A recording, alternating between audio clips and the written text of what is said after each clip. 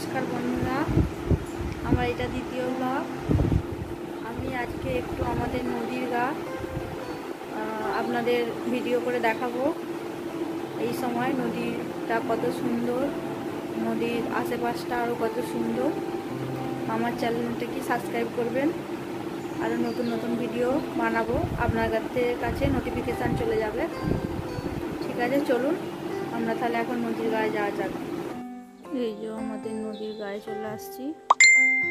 কাশফুলে ভর্তি হয়ে গেছে পুরো নদী, চারিদিকে সবুজ, আর সবুজের মধ্যেখানে সাদা হয়ে আছে, দেখতে পাচ্ছেন।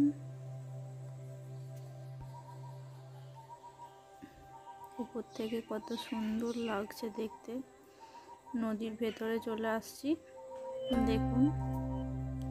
এখন নদীতে একটু কম জল আছে, যখন নদী ভর্তি হয়ে যাবে, বন্যা আসবে আমাদের এইদিকে, তখন পরের ব্লকে আপনাদের দেখাবো নদী ভর্তি হলে কিরকম লাগে।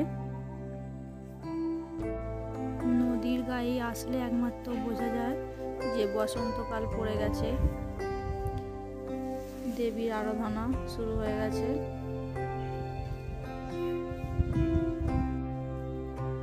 চারিদিকে যেন পুজো পুজো গন্ধ ছড়াচ্ছে।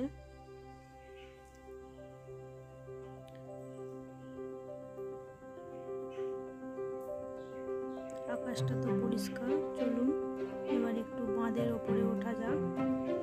বাঁধের ওপর থেকে আপনাদের দেখাই পুরো এই বাঁদিক এবং ডান দিকটা ধানের ক্ষেত, আর বাঁদিকটা নদী আর কাশফুলে ভর্তি। এটা হলো আমাদের আবির, একাই হেঁটে হেঁটে যাচ্ছে।